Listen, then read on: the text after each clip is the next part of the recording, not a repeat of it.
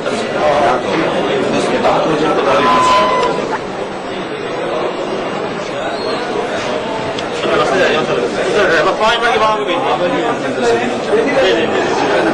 تک تصدیق سے دے رہا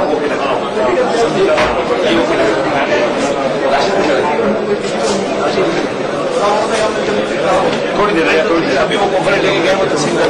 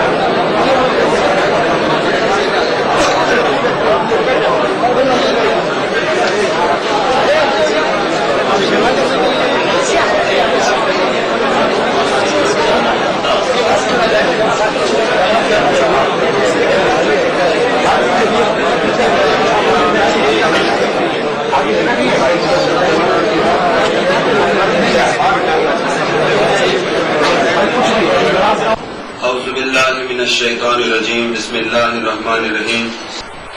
پی ایف یو سی اسلام آباد کی طرف سے آج کے اس عظیم الشان پروگرام کے انعقاد پر یہاں پہ آئے ہوئے تمام علماء شرکاء محفل انہیں مبارکباد پیش کرتے ہیں،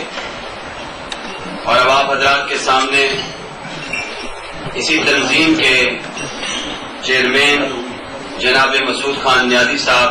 سپاس نامہ پیش کریں گے۔ تشریف لاتے ہیں جناب مسعود خان نیازی صاحب۔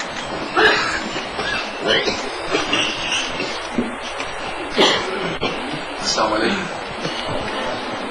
نحمدہ و نصلی علی رسول کریم، اما بعد، بسم اللہ الرحمن الرحیم۔ صاحب صدر، معزز مہمان گرامی،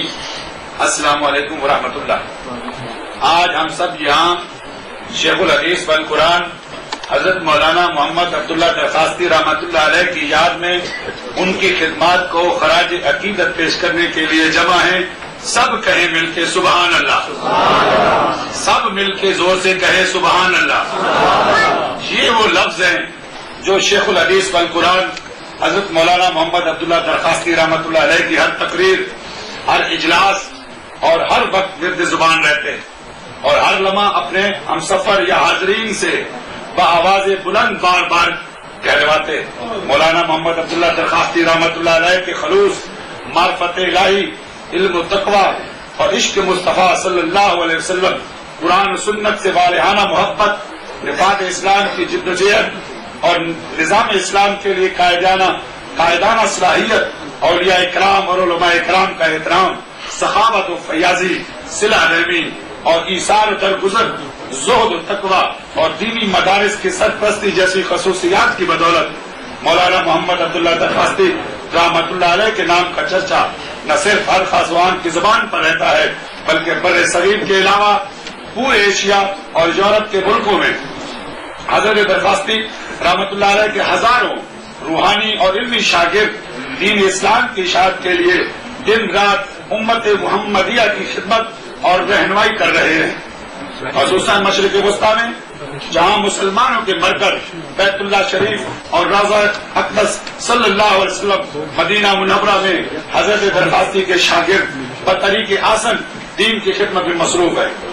مولانا محمد عبداللہ درخواستی رحمۃ اللہ علیہ کی ولادت محرم الحرام 1313 ہجری میں جمعۃ المبارک کے روز دین پور شریف کے پڑوس کی بستی درخواست میں ہوئی، اور اسی چھوٹی سی بستی کے نام سے مولانا محمد عبداللہ درخواستی کہلائے۔ ابتدائی تعلیم اپنے والد محمود الدین کے رحمۃ اللہ علیہ کے زیر سایہ مکمل کی۔ 11 سال کی عمر میں قرآن کریم حفظ کیا۔ 18 سال کی عمر میں دورہ حدیث دین پور شریف کے بانی حضرت خلیفہ غلام محمد صاحب رحمۃ اللہ علیہ سے مکمل کیا، اور استاد مکرم نے اس اپنی دستار جسے پگڑی کہتے ہیں عنایت فرما کر اور مولانا محمد عبداللہ درخواستی کے سر پر رکھ کر انہیں دینی تعلیم و تدریس جاری رکھنے اور ہر روز نماز عصر کے بعد چند احادیث نبوی یاد کر کے سنانے کا حکم دیا، جس کے بعد مولانا محمد عبداللہ درخواستی رحمۃ اللہ علیہ ہر روز نئی نئی احادیث مبارکہ یاد کر کے اپنے مربی کو سناتے رہے، اور اس طرح ہزاروں حدیثوں کے حافظ بن گئے۔ مولانا محمد عبداللہ درخواستی رحمۃ اللہ علیہ نے درس نظامی میں ایک خصوصیت یہ پیدا کی کہ بخاری شریف کو بھی قرآن مجید کی طرز پر یاد کر لیا، اور جب مولانا انور شاہ کاشمیری رحمۃ اللہ علیہ قادیانیت کے خلاف سب سے پہلے مقدمہ کی پیروی کے لیے دارالعلوم دیوبند سے بھاولپور آئے تو مولانا درخواستی رحمۃ اللہ علیہ نے اسی دوران بخاری شریف مولانا انور شاہ کاشمیری کو زبانی سنا دی، جس پر مولانا انور شاہ کاشمیری رحمۃ اللہ علیہ نے مولانا عبداللہ درخواستی رحمۃ اللہ علیہ کو حافظ الحدیث کا خطاب عطا دیا، اور اسی وجہ سے دنیا میں مولانا محمد عبداللہ درخواستی حافظ الحدیث کے نام سے پکارے جانے لگے اور مشہور ہے، اور ہر خاصوان کی محبت کا مرکز بن گئے۔ مولانا عبداللہ درخواستی نے درس و تدریس کے ساتھ ساتھ انگریزوں کی غلامی سے نجات کے لیے مسلمانوں کی جدوجہد آزادی کی تحریک میں بھی بھرپور حصہ لیا، اور حضرت شیخ الہند رحمۃ اللہ علیہ کی قیادت میں علماء بر صغیر کے ساتھ مل کر تحریک ریشمی رومال میں حضرت احمد شہید اور شاہ اسماعیل شہید کی طرز پر تحریک آزادی کے آغاز پر دین پور جو تحریک کا اہم مرکز تھا، اس میں مولانا عبداللہ درخواستی پیش تھے۔ عقیدہ ختم نبوت کے تحفظ کے لیے گراں قدر خدمات سر انجام دی، اور قادیانیت کے خلاف سب سے پہلا مقدمہ احمد پور شرقیہ کی عدالت میں مولانا عبداللہ درخواستی رحمۃ اللہ علیہ کی ہی کاپشن سے درج ہوا، اور انور شاہ کاشمیری نے مقدمہ کی کامیابی کا سہرا حضرت درخواستی کی کاپشن کا نتیجہ قرار دیا۔ مولانا عبداللہ درخواستی نے جدوجہد آزادی میں بھی بھرپور کردار ادا کیا، اور کسی سے پیچھے نہیں رہے، اور کبھی بھی جان و مال یا کوئی بھی کسر بھاگ نہ